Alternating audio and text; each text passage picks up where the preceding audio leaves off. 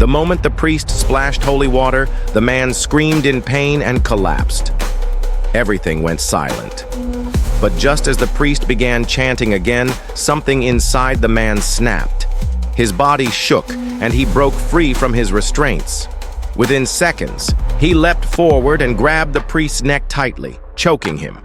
The priest struggled, gasping for air, but then he managed to press the holy item against the man's chest. The man screamed and fell to the ground. But this was not over. A second later, he stood up again. This time, he stared at the assistant.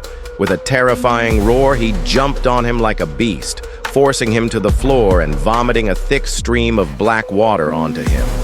The assistant was so shocked he couldn't move, then finally scrambled to his feet and ran out in panic. The priest couldn't fight the evil spirit alone, but just when it seemed like the end, the boy rushed in. He tackled the possessed man, knocking him down. Black smoke rose from the man's face, and his body finally returned to normal. The boy was confused and asked about the strange wound on the man's hand. The priest explained, "It was the mark of Jesus from the cross. It only shows up on people with deep faith." But the boy didn't believe it.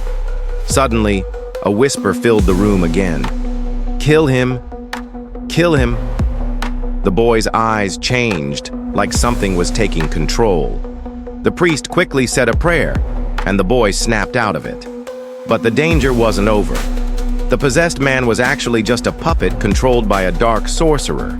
Somewhere else, the sorcerer sliced his palm, letting blood drip onto a heart. Suddenly, another cursed man reacted. The lights around him began to flicker.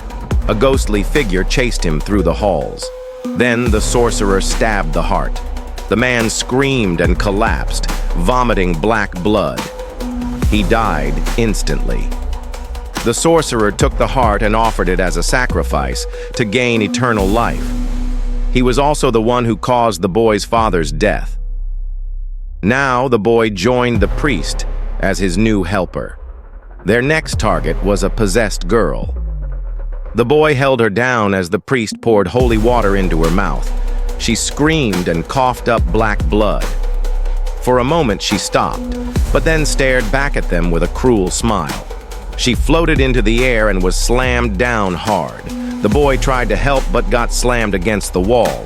Furious, he grabbed her neck, but the priest stopped him before he lost control. They both pushed forward with one last prayer. Fire burst out. The girl fainted, but far away, the dark sorcerer began his next plan.